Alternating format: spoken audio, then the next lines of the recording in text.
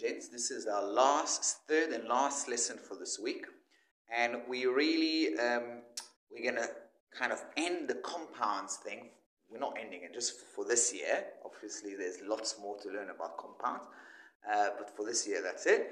And then we're going to kickstart our next part, which is mixture, which will take us probably another week or two to go through. It's quite a lot to do there.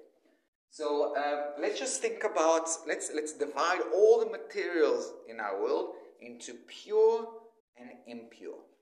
Okay, it will make, in a sense, in a minute, it will make some more sense. It's not that pure is good and impure is bad. It's none of that. It will come clear in a minute. So under your pure material, we have elements and compounds. Okay, right, now I can actually explain. So pure material have specific property. Okay, so for example, I can say that oxygen is a gas in room temperature. Iron conducts electricity. Magnesium oxide is a white powder. It has a white color and it's a powder. So all elements and all compounds have some specific set of properties that define them. They are like a thing. Okay? That kind of makes sense, but you'll see something which is a little bit different in a minute. So elements, what is elements? Okay, we spoke about that. Elements are material that are made out of, well, I'll write it down in a minute. I'll just write it down, then you can copy.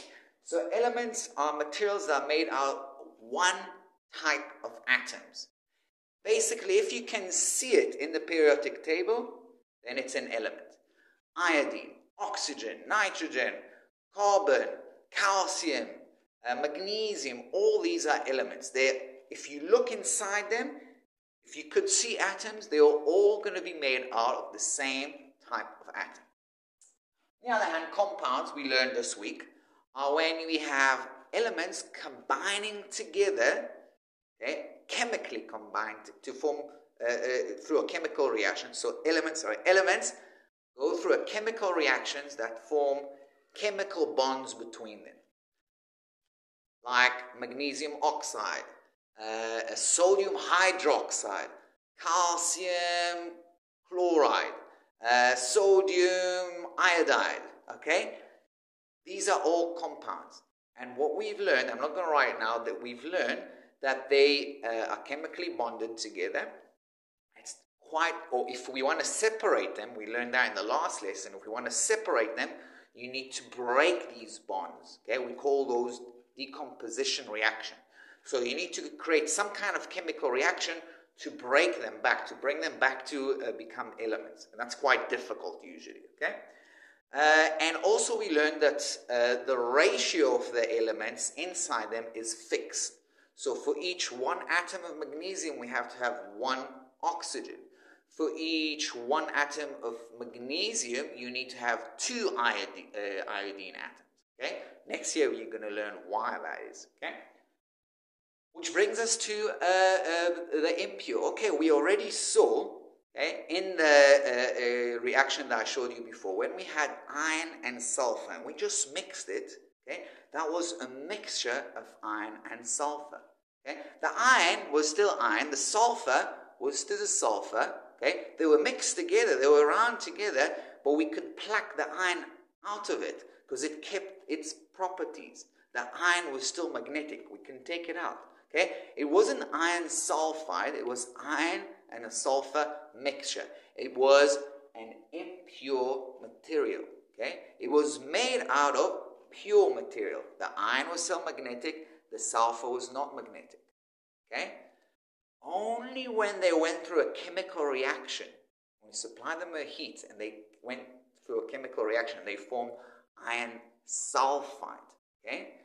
And now that is a pure material, a compound.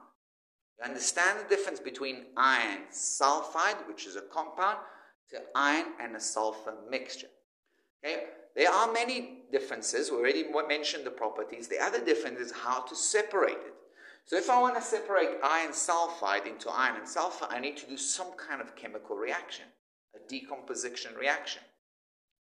But if I want to separate the iron from the sulfur in the mixture, all I need to do is get a magnet. So we say we use physical mean, not chemical means. We're not doing a chemical reaction. We're using physical mean. The next week or so, we're just going to learn how to separate different mixture, and it's a lot of fun. A lot of practicals that I'm going to do and you're going to watch, but hopefully we'll get you to do that later. So I'm just going to write a bit of notes and then you'll copy.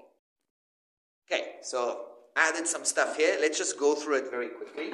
So we've got the pure and impure material, okay, where the pure is made of elements and compounds. Elements are made out of identical atoms. Very important, guys, that you copy this, okay? So just pause me now, okay?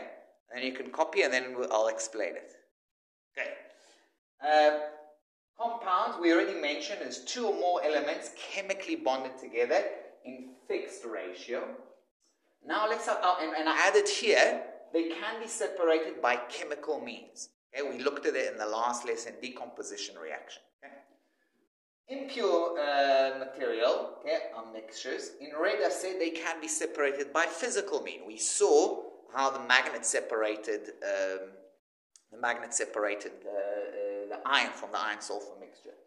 Again, we have two or more elements or compounds. We can also mix compounds, but they're not mixed in fixed ratios. So we can have one mixture with more iron and then sulfur, and another mixture with less iron and more sulfur. Okay, and also they don't have. Okay, yeah, I've added this. I didn't mention.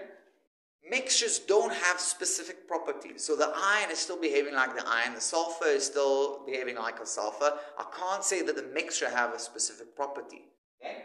When compounds have specific property. Iron, sulfur has a specific property. You can see it's like a one thing.